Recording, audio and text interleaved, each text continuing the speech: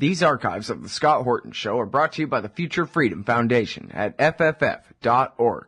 Join the great Jacob Hornberger and some of the best writers in the libertarian movement like James Bovard, Sheldon Richman, Anthony Gregory, Wendy McElroy, and more for a real individualist take on the most important matters of peace, liberty, and prosperity in our society.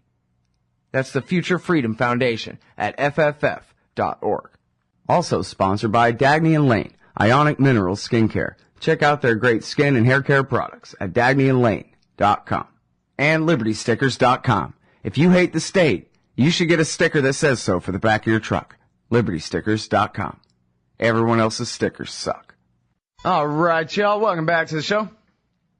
I'm Scott Horton, and our next guest is the other Scott Horton, heroic anti-torture international human rights lawyer, contributing editor at Harper's Magazine, professor at Columbia Law School, keeper of the blog No Comment at harpers.org/subjects/no comment. Welcome to the show, Scott. How's it going? Hey, great to be with you. Beautiful Labor Day. Yeah, you too. Great to have you here. Although, I'm not so happy about the occasion, but I guess, we've been talking about this same thing for a long, long time. I guess now it's final. I actually thought it was already final. Now it's final that no CIA torturers of any description of the Bush years will be prosecuted for any crimes they may have committed while torturing people, correct? Yeah, that's right. That's the end of that. That's the end of that, and announced just as we arrive at the Labor Day weekend, which, as Washington insiders know, is the time in the annual calendar when you get the lowest press coverage and attention. So this is the story that the Justice Department really wanted to bury.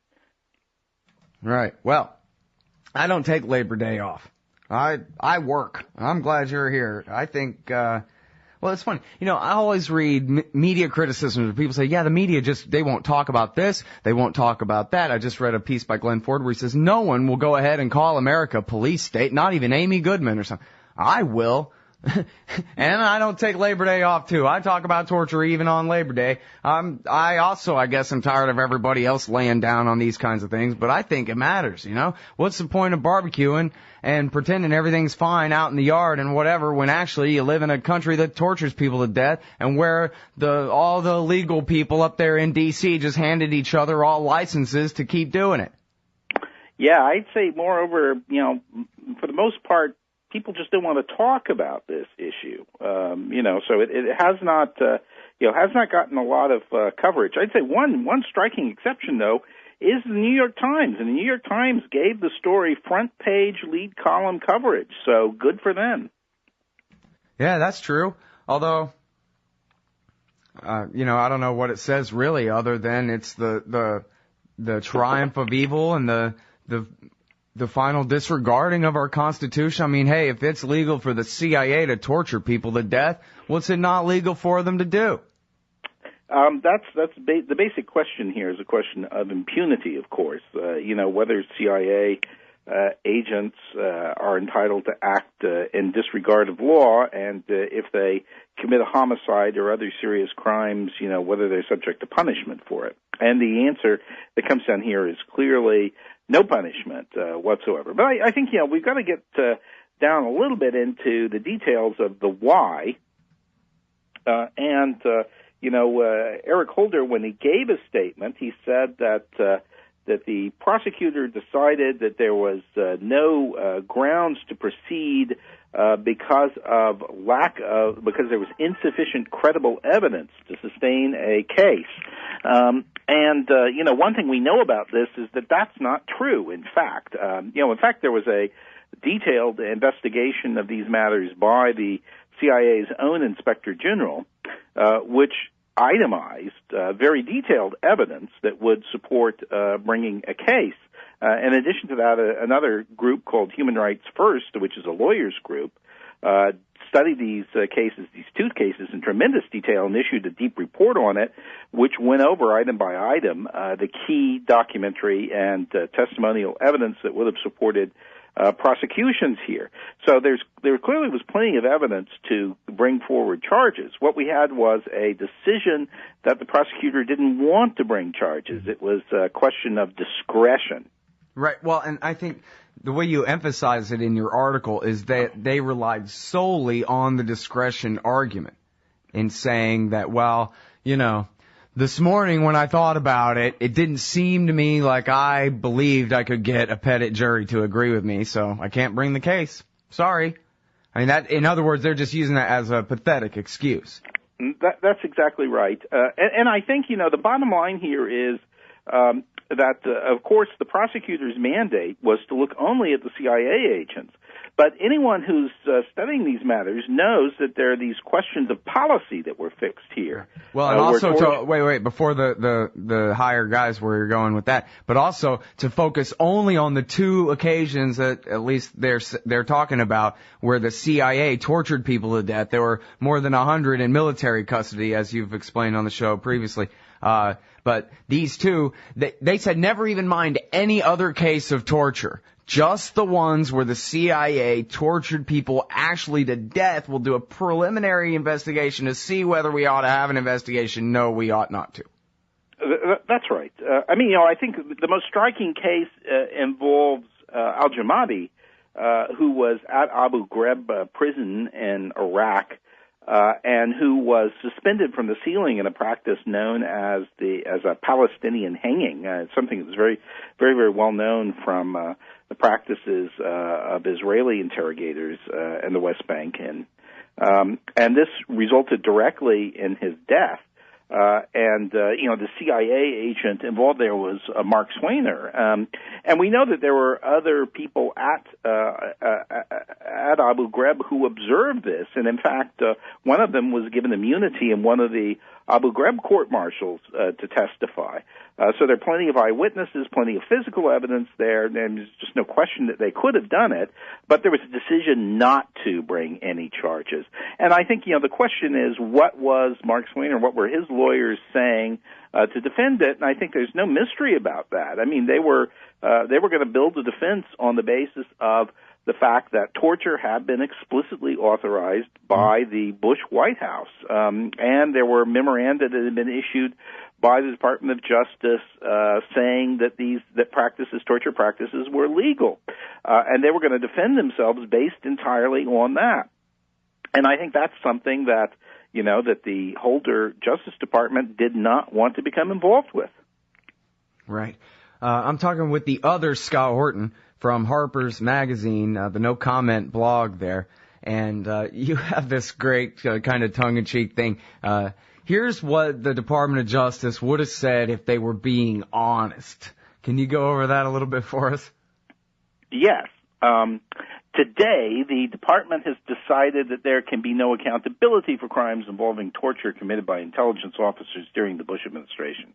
This decision is reached because of our recognition that torture, which was likely to, and did in a number of cases, lead directly to the death of prisoners, was formally embraced as a policy of the Bush administration.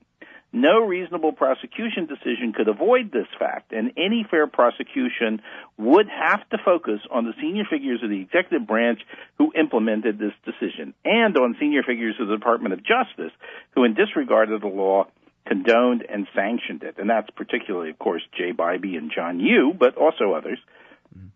Because of the misconduct of the Justice Department itself, and because this is at the very heart of the matter, and because the institutional interests of the Justice Department dictate that we hide its betrayals of public trust from public view, we have decided that no prosecutions can be undertaken. Americans must understand that the commitment of the Department to uphold and enforce the law is subject to an exception, providing that its attorneys serve the President and Vice President, and that they are, therefore, above the law, at least whenever they secure Justice Department opinions sanctioning illegal conduct. There you go. Well, so that really has been the truth for a long time, right? I always have trouble with this because it seems like, and I don't really know, I'm sure you can set me straight. You're the lawyer, not me. But in 1947, Truman signed the National Security Act that says Oh, and also the president can authorize the CIA to do other things from time to time, or some kind of extremely broad language like that, which means he can sign a finding that authorizes them to break the law. So if they can break the law, what law can't they break? Maybe they really can torture people to death if the president tells them to torture people to death, or says, if they die, we know you meant well and you were trying to prevent a greater harm, which it actually says in the memo, right? Yeah, I think that is the bottom line. And in fact, intelligence services... Not that I'm trying to justify it, but I just don't know what's the difference between go ahead and break the law, sell cocaine to pay for a death squad in Nicaragua versus, torture somebody to death in Afghanistan in the salt pit. That's exactly right. I mean, the question is how you break the law. So, I mean, intelligence services of all countries go and tap telephones and lay honey traps and engage in confidence artist-like tricks and things like that, which are illegal under the law of most nations, including where they're acting. And, we just expect that they're going to do that. I mean, that's the way the game is played. But the question really runs to certain specific things that have always been prohibited. And, torture and torture murder, these things have always been viewed by the United States as, not authorized. Assassinations might be authorized in certain specific circumstances, but, not these practices that were going on. And so, the fundamental question here is, in the Bush administration, were the rules changed so that torture and torture homicides were approved? And I think the answer is yes. And the bottom line is that any prosecution, if it were undertaken by the Justice Department, would wind up highlighting the fact that, indeed, in the Bush years, torture and torture homicides were approved by the administration. That might be might not be quite enough to get one of these defendants off the hook. He might still be convicted, but I think the prosecution itself would be horribly embarrassing to the Justice Department. There's just no getting around that fact. Right. I mean, that's the thing is that, a very harsh, maybe radical or fringe critic could have written that tongue-in-cheek paragraph or something. But I think it's really meaningful that, on this day in history, this professor at Columbia Law School put, these honest words in the mouth of Eric Holder saying, because the department of the government that I represent and the government that I represent are guilty in all of this at the very highest levels, we reserve the right to protect ourselves and screw you. I mean, that is a big deal, and we're not just talking about crimes, and I don't mean to minimize it, but crimes against people in other countries. But, and I guess we are, but it's the Americans getting away with it, the people from this country who are actual torturers, who have a pass, who are walking around on the streets, as they say. Yeah, of course, the CIA would not be authorized to engage in anything like this inside the United States. That's a pretty fundamental point. But, there's always been a problem of bleeding. But then again, they held Padilla at Charleston, South Carolina, and they unleashed the CIA on him, right, with all their no-touch MK Ultra-ish tortures. Yes, I think that's right. I mean, but that's exactly the point I was gonna make, and that is this bleeding point. Uh-huh. Once you somewhere in your system authorize these techniques, they tend to migrate, as in fact the Department of Defense's report on the subject said. So you may start them in a prison in Iraq and a prison in Afghanistan, and it's not going to be long before they're being used in prisons inside the United States. And one of the experiences of France during the Algerian War, where France used torture tactics in Algeria, was that within 5 years, these exact same torture tactics were being used all over France, and jailhouse and jail cell interrogations by police. So you have a sort of disease that begins to spread virulently throughout the system. Right. And I think America's got that problem right now. Well, you've talked before about the prosecution of, I think, an East Texas sheriff in the 1980s by the Reagan administration for waterboarding someone and charging him with torture. Does that mean that now the feds would not bring that civil rights case against a local or state cop who did the same thing? It's not exactly clear. I mean, I think, the fact that prosecution occurred, you had John Yoo and Jay Bybee writing this memorandum saying it's completely unclear whether or not waterboarding constitutes torture. But in fact, you had the Justice Department only a few years earlier having prosecuted exactly that practice and having said it was torture.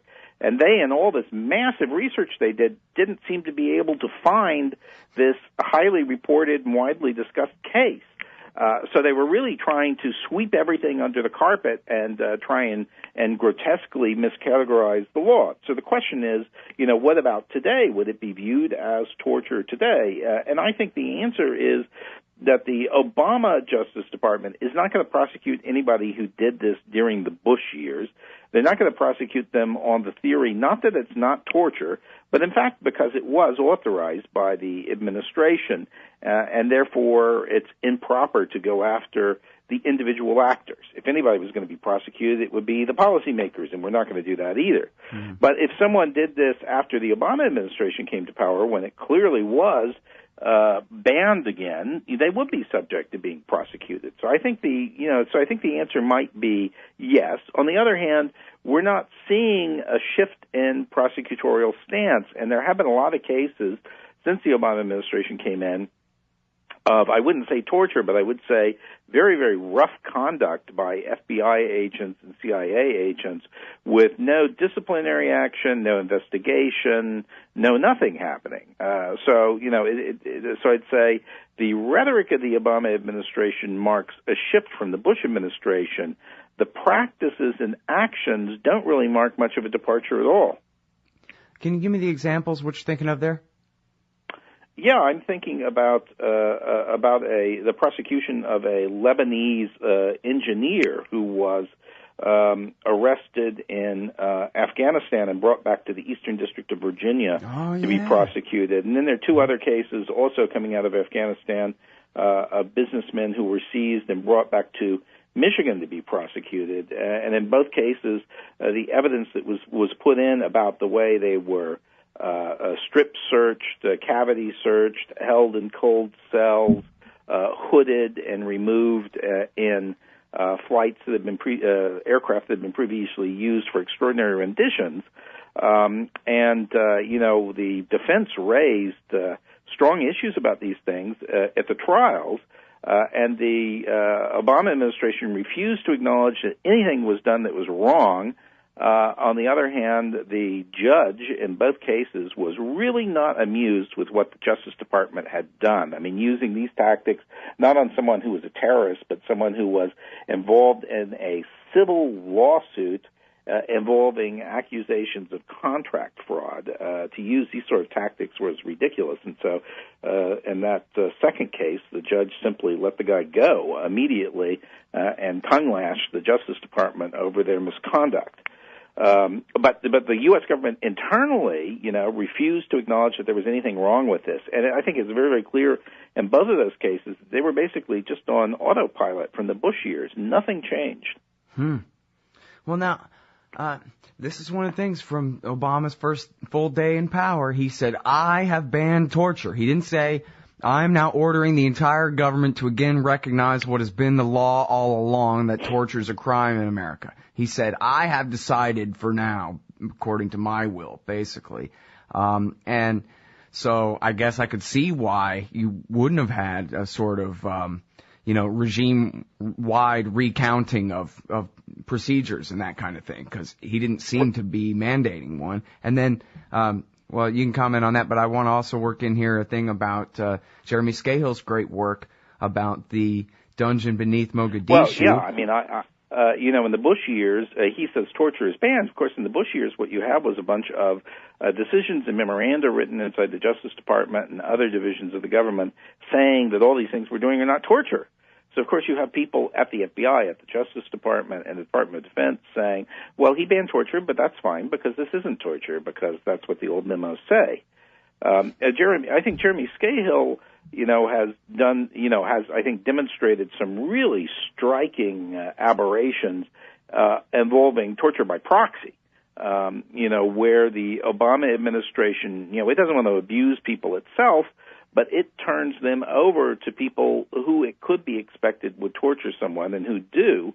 And I think that comes up particularly with the secret prison in Somalia that Scahill stumbled across and documented. Well, It seems to me, Eli Lake reported on a different prison in Somalia, which seems to me would fit that characterization a little bit better. The way I understood the Scahill piece was that separate, I think quite separate jail from the one Eli Lake was talking about was, I don't know exactly how dark on the gray scale or something, but to a very great degree was run by the CIA and the Joint Special Operations Command. Did I misunderstand that?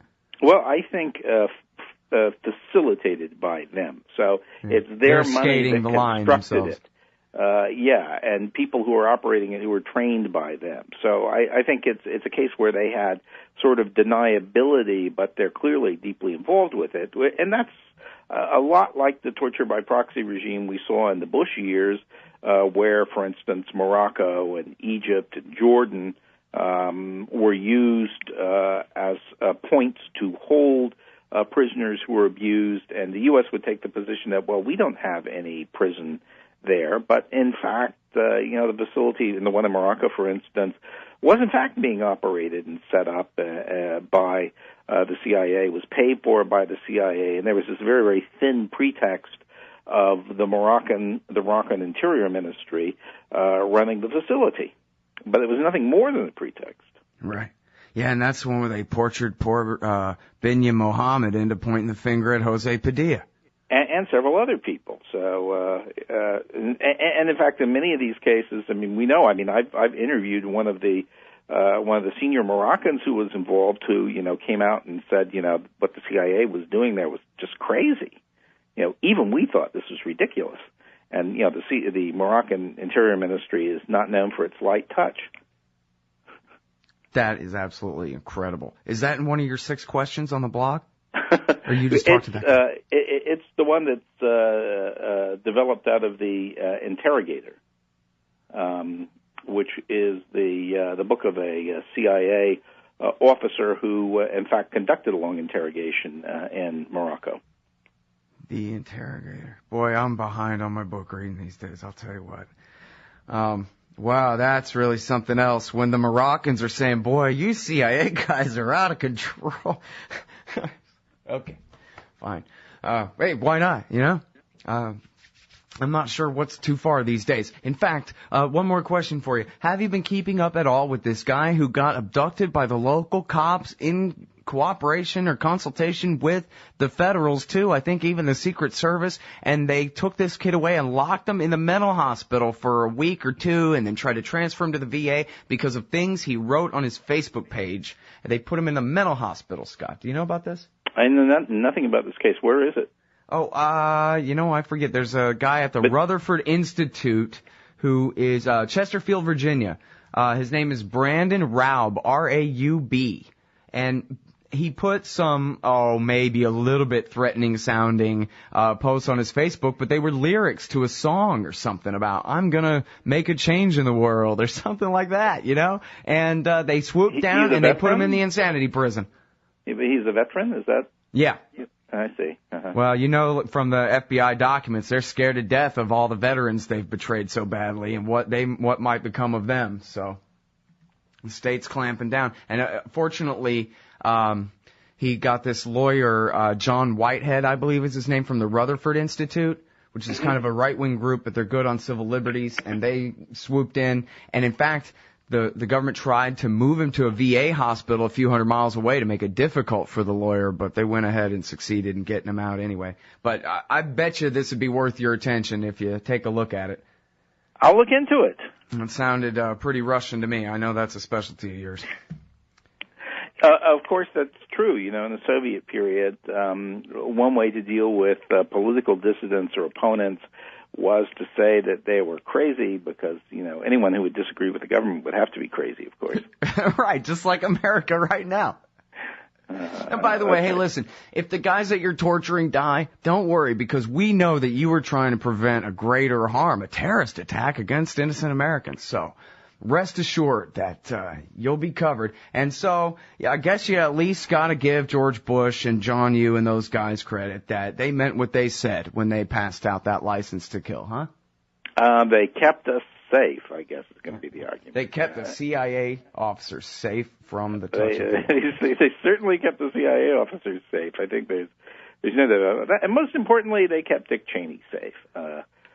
Dick Cheney kept himself safe. I don't know that Dick Cheney kept America safe. I'd say just the opposite, frankly. Of course, one of the arguments that we get in these cases is that the victims, the people who died, were, vicious, brutal terrorists. In any event, so why should we be concerned about the fact that they were tortured to death? And the answer to that is, we actually don't know that. Al-Jamadi was accused of being the man behind the bombing of the UN headquarters in Baghdad. In fact, I had two very good friends who died in that bombing. Gulman, who was killed in Afghanistan, was also accused of having connections to the Taliban. But in fact, these were never much more than suspicions. We never really had strong evidence. And since Al-Jamadi died after only a half hour of interrogation, we were not able to get much out of him through the interrogation to corroborate these suspicions. And Gulman, in any event, he had tribal connections with the opposition, as did a large part of the Afghan population. So hard to make out the case of him being some sort of hardened terrorist. Yeah, well, and that excuse rings real hollow, too, when you look at McClatchy's work. I'm pretty sure it's Warren Strobel and John Landay did the work where they went back and they, did the correlation and proved, I think, the causation, that the worst and the most torture all happened when Dick Cheney needed lies about Saddam Hussein and Osama bin Laden, right before the war and right after it, to try to justify what he'd done. Yeah, I think that's right. I mean, if we look at the major incidents that come in, they come in at a time when messages were being sent out into the field to take the gloves off and to come back with evidence that supported a certain proposition. And the proposition was a false proposition, as it turned out, that there were tight connections between Saddam Hussein and his Ba'athist party and the insurgency in Iraq, and that the insurgency inside of Afghanistan was tied to Al-Qaeda. And, of course, there were some connections. Well, the first one was definitely totally wrong, but there was a lot of pressure on the system to come up with evidence that would support this false assumption. It got discarded later.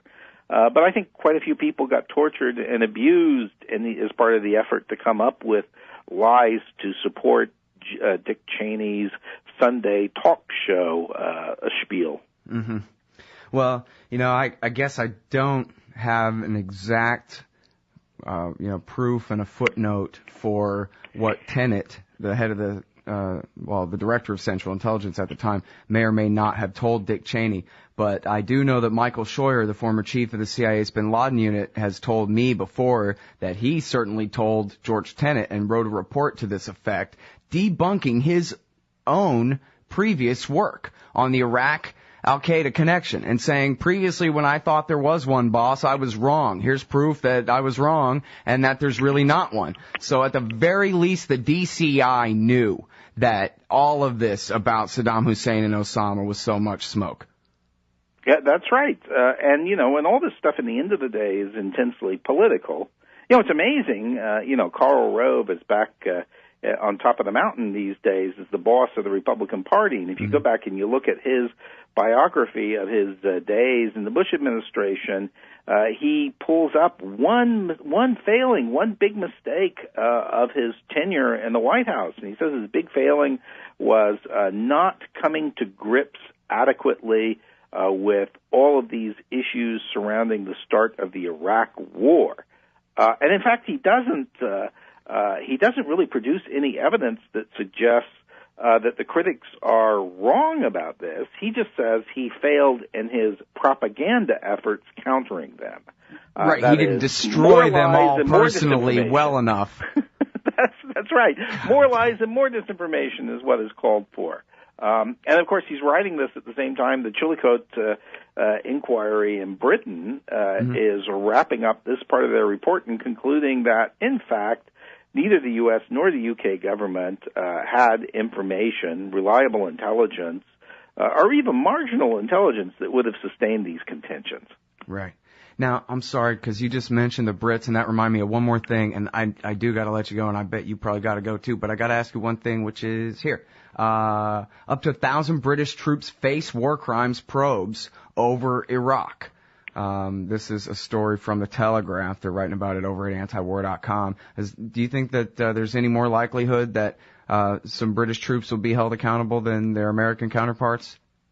Well, people use the word war crimes inquiries, but in fact, if you look at the history of the Iraq and Afghan wars, you'll see that there were several thousand inquiries launched involving American and allied soldiers in these inquiries. And, of course, the inquiries relate to war crimes. They're not really going to be described that way. They might be described as rape, murder, unauthorized use of force, and so forth. So I would say, the U.S. did a decent job of enforcing the rules with respect to the grunts. Right, the lowest level military men. That's right. The question really was, the high-level policymakers, that is to say particularly political figures who gave instructions and things. There's been no accountability there. Right. So if you're part of Rumsfeld's death squad, that's fine. If you make your own kill team, you're in trouble. That's exactly right. So, and I think, on this point, Archbishop Desmond Tutu, made a statement yesterday in which he said, what's really still necessary is war crimes proceeding involving Bush, Cheney, and Tony Blair. And, of course, he immediately gets attacked by Tony Blair over that. But, I think Tutu's correct about that. I mean, he's correct at least in that the major war crimes issue, it's not enforcement on the ground involving soldiers, because that happened. It's a question of the major policy thread, and I think there's been as in most wars, there's a hesitancy to look at that because of the political consequence of that sort of inquiry. But, in this case, it really is necessary. Yep. Well, when I was a kid, I think, over the years, we've talked a lot of times, Scott, I might have told you this anecdote before, but when I was a kid, I saw Ronald Reagan on TV testifying before the Congress. And I don't remember exactly what my question was, but I remember my dad's answer was something to the effect of, that's because he's a president, not a king. And he's just a citizen of the country, just like the rest of us, and he's just the president for a little while, and he's still bound by the law, just like everybody else. And that's the way it works in America, and that's why it's so great to live here. And yet, how not true is that, at least anymore? I don't know if it even was then. That's the old days, Scott. That's not the way it is today. Back in my days, Sonny, in the 1980s, That's right. That's ancient history. Not that he was impeached and removed from office for what he did, directly violating the Boland Amendment, a specific prohibition on. No, but you did have a full-throated congressional inquiry that brought all the truth of what happened to the fore, right? And that was intensely embarrassing to him. And I think in the last few years of the Reagan administration, I mean, one thing that happened was that, Reagan himself was very disturbed about what happened. That it happened on his watch, that a lot of it had happened without his knowing or blessing, and that there had been a failure of accountability and oversight. And I think many of the rogue elements who were involved in that went on to play key roles in the Bush administration. So, certainly Dick Cheney is one of the key figures. I mean, Dick Cheney had opposed and attempted to subvert the Boland Amendment, and then worked very, very hard to justify all the violations of it and to subvert the congressional inquiry. And I think what he did in Iraq, in part, was this sort of effort to show that this idea of accountability before Congress amounts to nothing. It's meaningless. The executive has full power. So it's sort of the Ollie North view of the world. Yeah, exactly. All right. Thanks very much for your time, as always, Scott. It's great to talk to you again. Hey, great to be with you, and good luck and have a happy Labor Day. You too. All right, everybody. That is the other Scott Horton, heroic anti-torture international human rights lawyer, former chair of the New York Bar Association's Committees on Human Rights and on International Law, professor at Columbia Law School, contributing editor at Harper's Magazine, where he keeps the blog No Comment at harpers.org/subjects/no comment. And we'll be right back after this.